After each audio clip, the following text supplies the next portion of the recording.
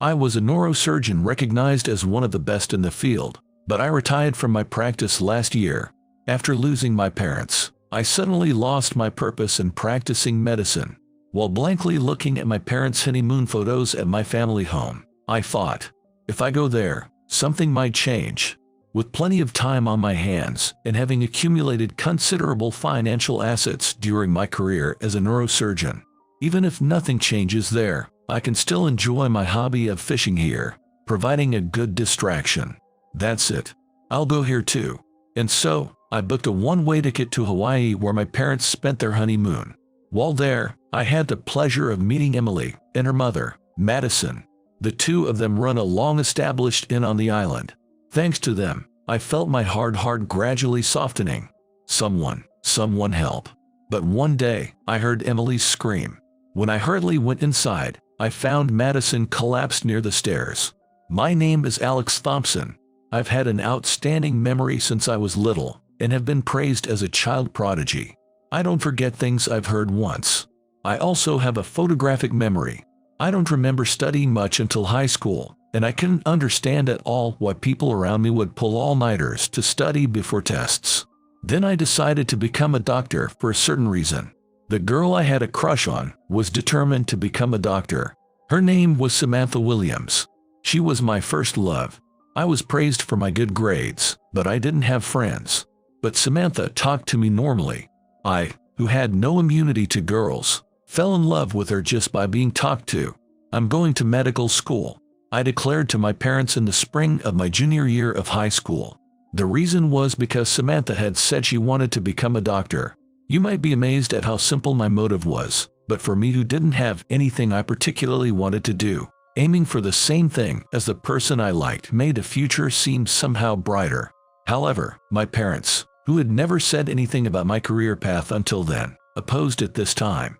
Being a doctor isn't that easy. But I got a 4.0 GPA. That's not what I mean. Doctors deal with people. You lack sympathy, right? My mother said, and I tilted my head. I wasn't aware of that myself. Not really. I'm not like that. My parents sighed. Alex, do you remember what you said to the person who was looking for their lost dog the other day? Oh, I said it's too late to panic after it's gone. I mean, isn't that right? It's still okay because it's a dog, but if it were their child, it would be a big problem. That's what I mean. The reason you're not suited to be a doctor, but it's the truth, isn't it? If it's important, it's the owner's duty to keep a close eye on it. As I counted, my mother sternly said, "It's not always right to say the right thing. People have hearts." No matter how much my parents persuaded me, I couldn't understand what they were saying at all. Rather, she actually upset me. It was the first time someone had directly disrespected my personality. If it comes to this, I'll definitely become a doctor and show my parents. I ignored what my parents said, and after graduating from college, I took the MCAT exam and eventually got accepted to medical school. On the contrary, Samantha didn't pass the MCAT. Alex, I'll try again. Just give a year. Samantha came all the way to my house just to tell me her decision. You say you'll study for another year, so why didn't you do that until now? I asked. I honestly tell her what I think. What? If you properly analyze yourself and study, you should be able to pass, right? Yay, that's right. Time is limited. Isn't that kind of ability also important to become a doctor? Samantha, who had been looking down until halfway, raised her head. Alex, you may be good at studying, but you can't understand the emotions and feelings of others. I definitely don't want someone like you to be my doctor. Samantha, who was always gentle, glared at me with tears in her eyes and ran away. Though I had a crush on her, I believed she was wrong. That's why I gave her a lecture on what was right. Why on earth did she retort? What an arrogant attitude. My affection for Samantha vanished instantly. Doctors should tell people the right things. Feelings or whatever have nothing to do with doctors. I became a doctor to prove to those who denied who I am, and to myself, that my logical approach was right. Time passed, and I turned 51 this year. I'm now blankly fishing at the sea. I started fishing, which was my father's hobby, somehow after quitting my medical practice. Yes, I quit medicine last year. It's not like I was kicked out of the medical world. After all, I had been praised as one of the best neurosurgeons for a long time. But one day, I suddenly lost my purpose in practicing medicine. Another zero cash today. I put away my fishing gear and go home. I, who lost my mother 5 years ago and my father 2 years ago, now live alone in my family home. I was so busy that before I knew it, I missed my chance to get married, and with my parents gone, I truly became alone. No, it's not that I didn't get married because I was busy. I never fell in love with anyone other than Samantha back in high school. I wonder how people fall in love. I guess even if I do, they'll probably bring up feelings again, and in the end, marriage seems like a hassle too.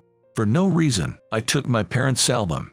In the photos, they didn't look troubled at all. They both laughed a lot and seemed to be having a great time. What's so fun about that? Then I found their honeymoon photos. My parents said they went to Oahu Island, Hawaii for their honeymoon. That's where my father tried fishing on a boat for the first time and became fascinated by the charm of fishing.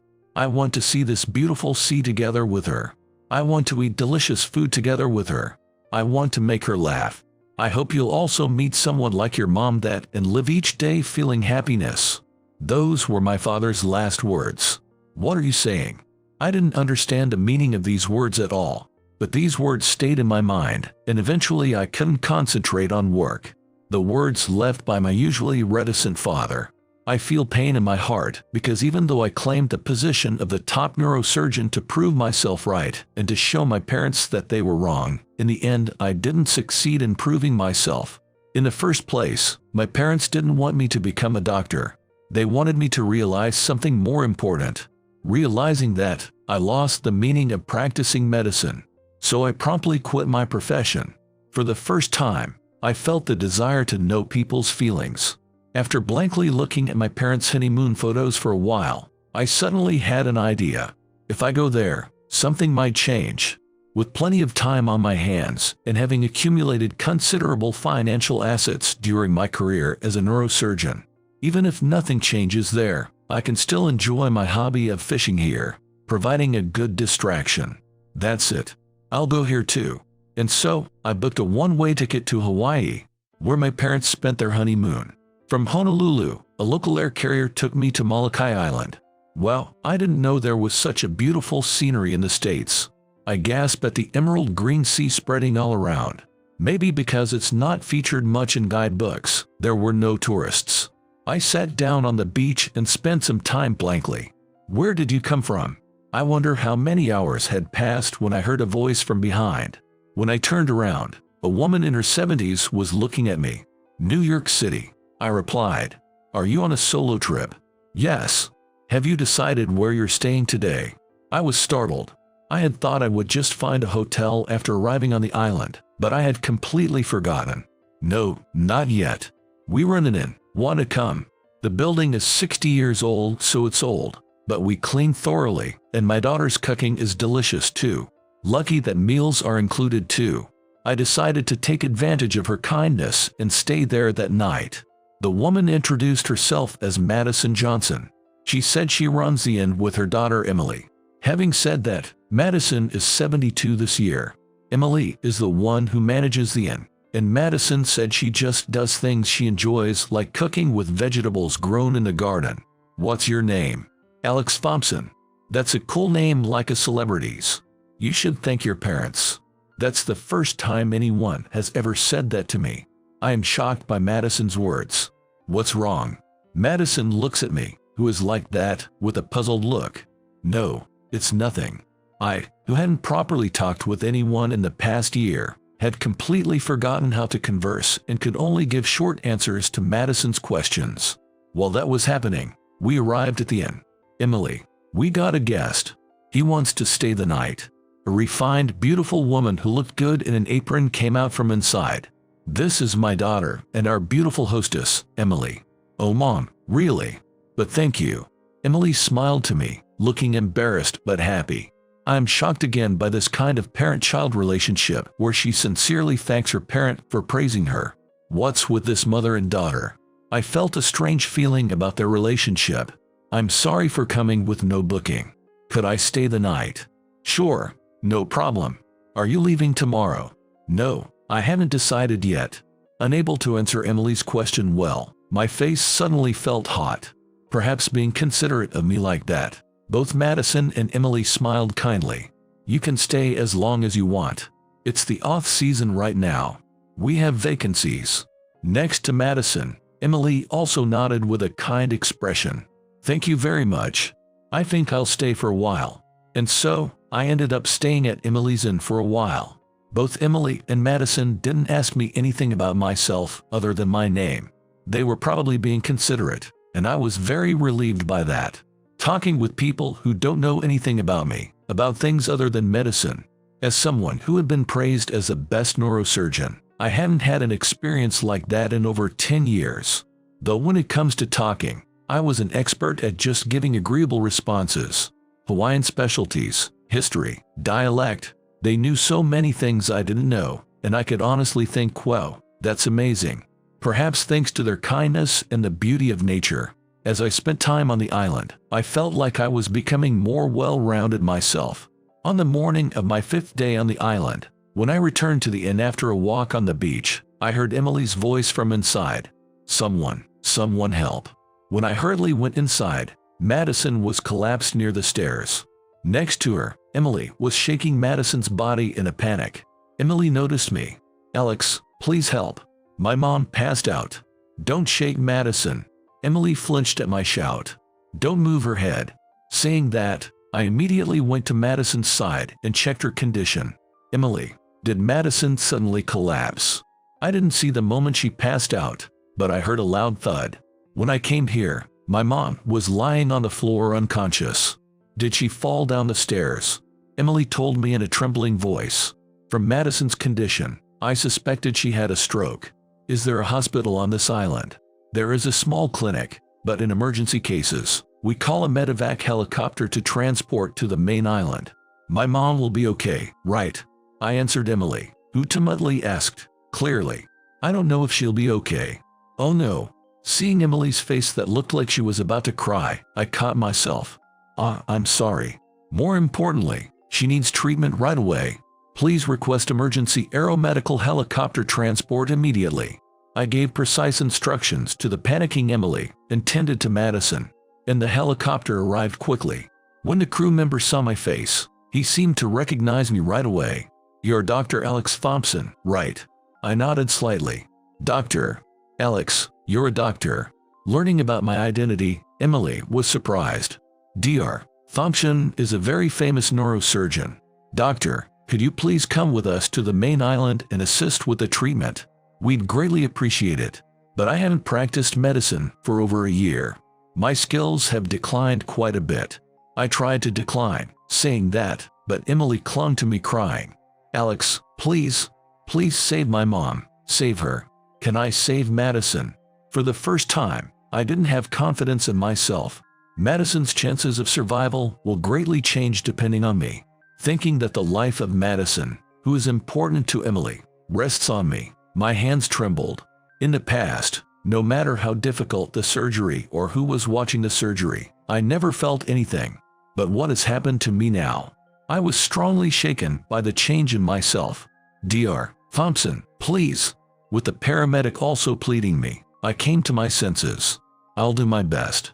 Madison and her daughter, who let me stay without suspecting me even though I didn't say anything about myself. For the first time, I thought, I absolutely want to save the person in front of me. I got on the helicopter with Madison. Seen off by the people of the island who had gathered before I knew it, we soon arrived at the hospital on the main island. As I thought, Madison had a cerebral infarction. Can I perform the surgery? I humbly requested the hospital staff. I, who used to have people bow their heads to me saying please perform the surgery, am now pleading for the sake of a woman I happened to meet on a trip. I was the most surprised at myself for doing that. If you're okay with it, Dr. Thompson, we would be very grateful. By the way, do you know this person? She is the mother of the inn I was staying at. Everyone, we're going to save her. Of course, we will do our best to support you. The hospital management gave me consent to operate on Madison. It seems Emily also arrived at the hospital during the surgery. When I finished the surgery and exited the operating room, Emily was standing there looking like she was about to cry. Is my mom? She's all right. I think she'll wake up soon. Alex, thank you so much. Perhaps because the tension was released, Emily started sobbing. Leaving her to the staff, I headed to change my clothes. I stare at my hands. These hands have saved thousands of lives so far, but I've never felt such a sense of accomplishment. Even when a difficult surgery succeeded, even when I was thanked by the patient's family, I thought it's only natural that I can do it because I'm a doctor. With that mindset, I never got emotional. But now, I have a strange, fluffy feeling. After a while, I headed to Madison's hospital room. Next to the bed, Emily was gazing at Madison with a gentle expression. How is Madison? She's still sleeping. Madison was sleeping peacefully. Can I ask you something? Emily timidly asked about my past. Feeling like I could talk honestly with Emily and that she would listen properly, I started talking about myself. I don't understand people's feelings. Because I was good at studying, I received praise and lacked self-awareness as a student. However, after entering society, I encountered obstacles. My attitude toward patients became ruthless, lacking thoughtfulness in communication. My seniors scolded me at every turn. I was just doing what I was supposed to do matter-of-factly. What you were supposed to do. Diagnosing and treating illness is a medical profession. What's important is that the patient in front of you makes a recovery. Emily quietly nodded. I continue talking. I've never made a misdiagnosis in my career. I'm confident that I've always made the right choices. But my seniors kept scolding me over and over about the way I interacted with patients. As if they saw right through me. My parents worried about me at every turn. Are you getting along well with your patients? Wouldn't it be better for you to go into lab research rather than clinical-based work?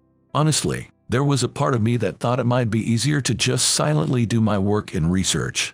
But out of defiance against my parents, I stubbornly clung to being a clinical-based neurosurgeon. I devoured medical literature from abroad and memorized the latest treatment methods and surgical techniques. Fortunately, I was good with my hands too, so I excelled at surgery.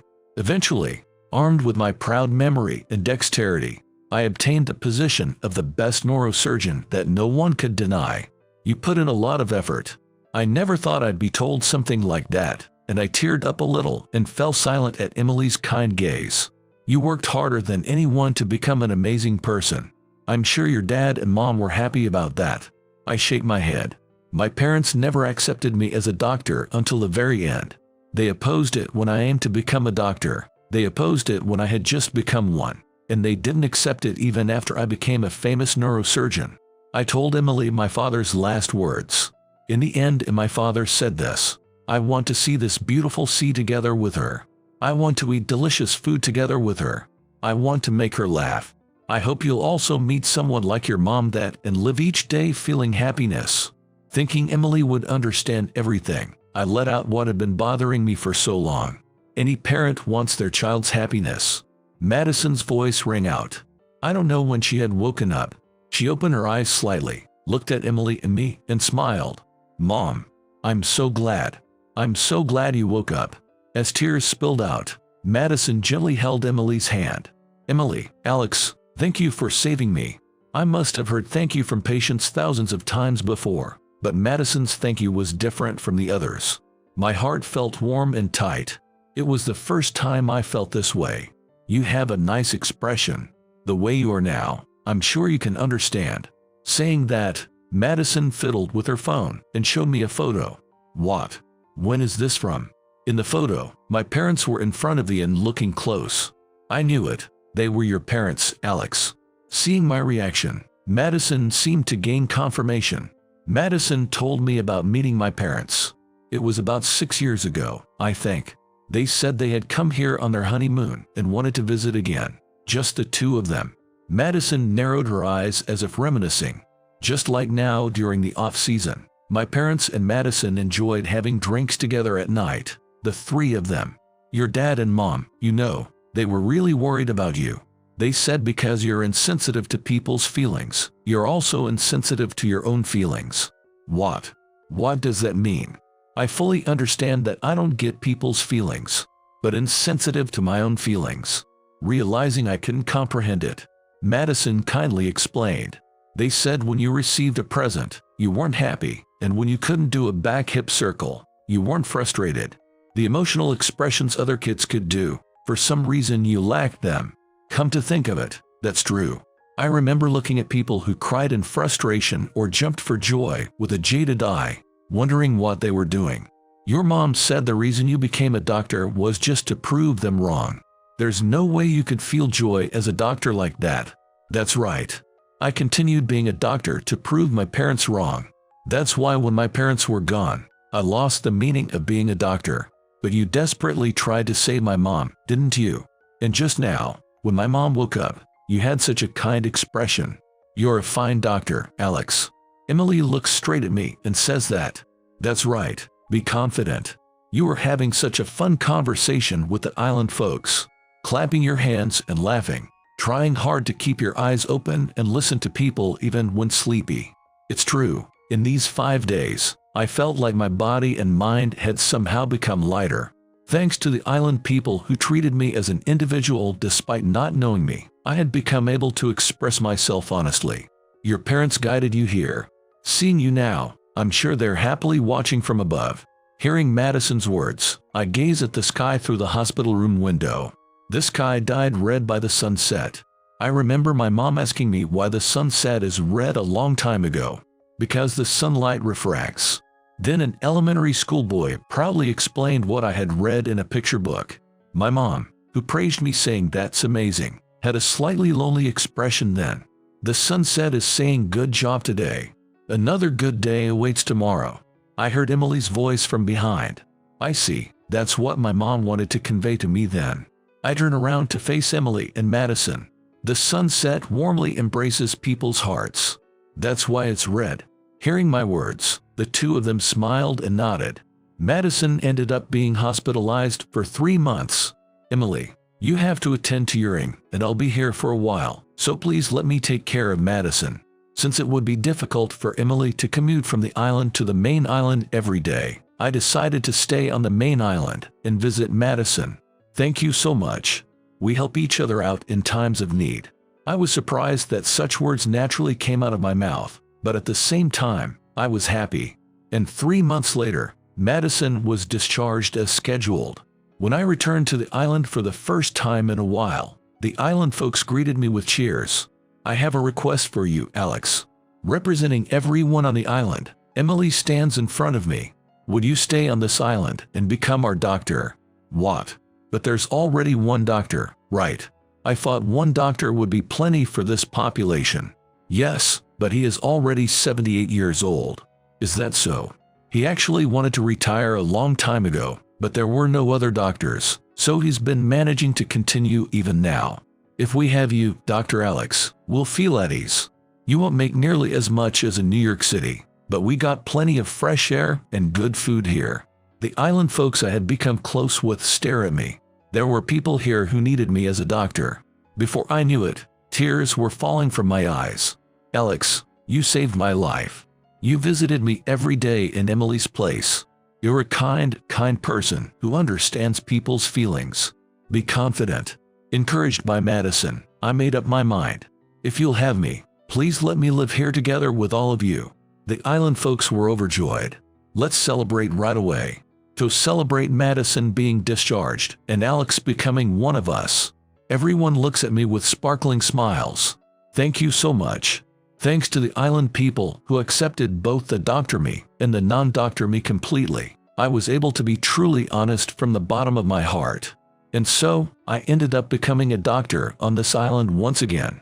1 year later, as I was preparing at the clinic, Emily came by. Alex, Grandma ran out of medicine, so she wants you to bring some over. She said to come before lunch. And then have lunch there before you go.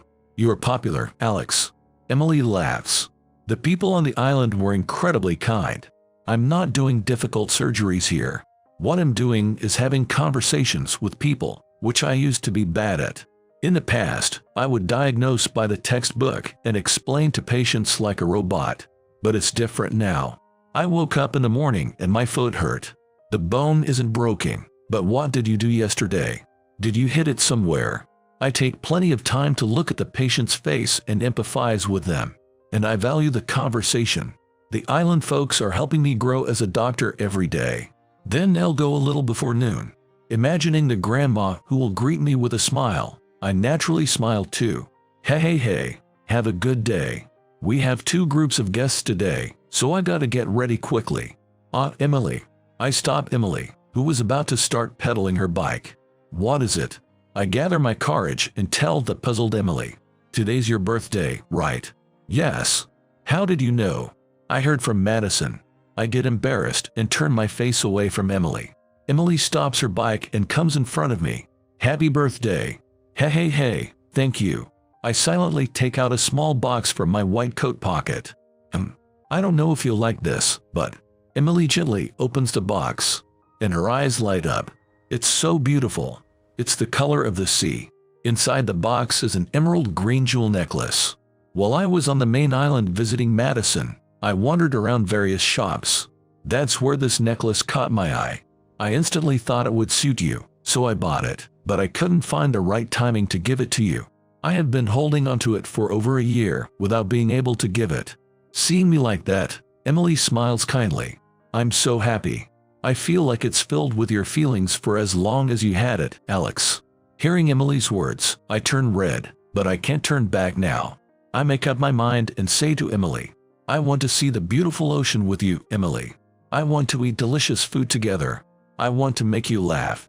That's how I feel. I'm happy when I'm with you, Emily. Will you stay with me forever? I gather my courage and propose. Emily falls silent for a while. Until I hear her answer, I feel my heart beating loudly. I've never felt this way before. After a while, Emily raises her head. Are you sure you want to marry me, who only knows about this ordinary island? I want you to stay with me for the rest of my life, Emily. Thanks to you and the people on this island, I can hold my head high in front of my parents now. Hey. I'm sure my mom will be happy too. I look forward to our future together. Amazingly, Emily accepted my proposal. Yay! I shout and unconsciously pump my fist. Hey. You living honestly is wonderful, Alex. Emily's kind gaze makes my heart feel so warm.